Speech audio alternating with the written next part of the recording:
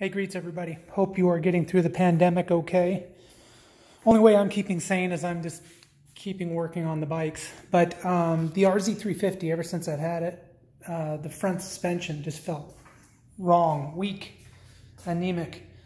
I tried by putting a little bit longer spacer up in the top here, but I ordered springs for it.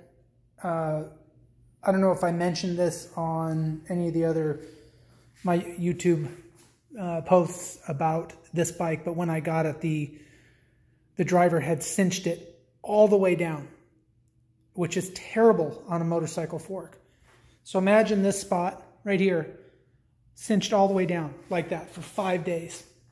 I think he probably screwed up the spring, or the spring was, kind of marginal to begin with. But I got the springs today. I pulled out the spring and the spacer, so hello, nothing in there. I'm draining the fork oil, which there was not enough fork oil in it.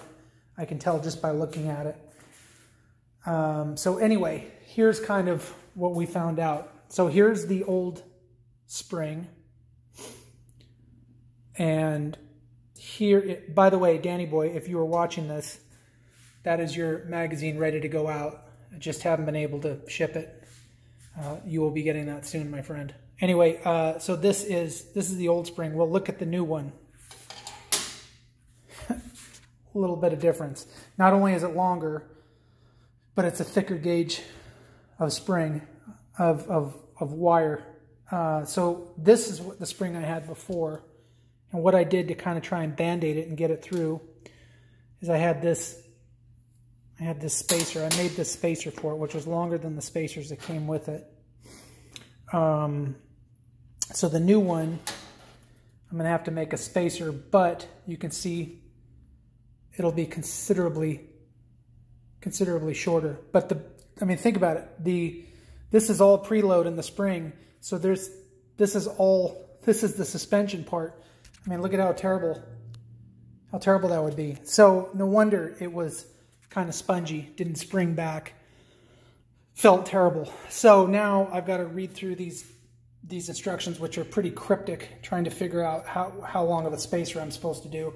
I've got metal. These are the original ones that came with the bike, and you can see I made the PVC ones just to try and help it a little bit, but it really, it didn't sag as much when I did that, but it was still pretty horrific. So anyway, I got to figure out how to do the spacer for it. I'm going to finish draining the oil out of the forks, put new fork oil in it, and then I got to measure the distance from you fill them up, and then you measure the distance from the fork oil up to the top of the tube. That's how you measure, that's how you tell how much fork oil is supposed to be in it. So that's what I'm doing, my friends.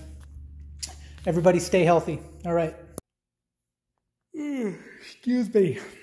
Okay, so I got it all back together. And what a huge difference. Now I can't really tell on video, but now I had to kind of experiment with the spacer to get the preload right. When I put the spacer in, based off the instructions that came with the springs, there was no sag. So a motorcycle fork, whenever there should be sag in it. What that means is, if you pull the suspension all the way up like that, when you let it down or take it off the kickstand, it should sag about an inch. So you can see it like right there, that's where it sits. So it's supposed to sag like that, and it didn't. It was completely stiff. So I took it apart again, took about an inch out of the spacer, and then put it back together, and now it's fantastic. It's amazing what a difference it's made in handling. The bike just feels so much.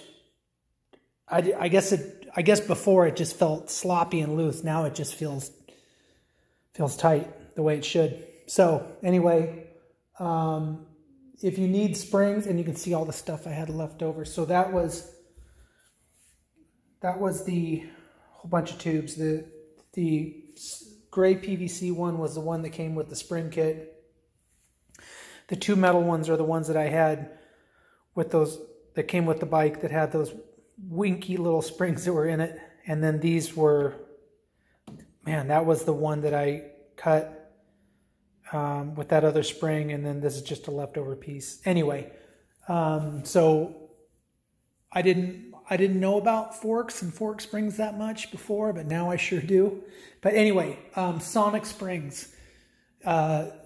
Since this bike is a UK and a Canadian bike, it was really hard to find fork springs for it. Sonic Springs was able to get me the right springs for it. SonicSprings.com, they were really good. Even with the pandemic and the shipping and all that crap, it took them about 2 weeks to get them to me. Probably would have been a lot quicker in normal times. So anyway, that's all I got to say about that. All right, take care.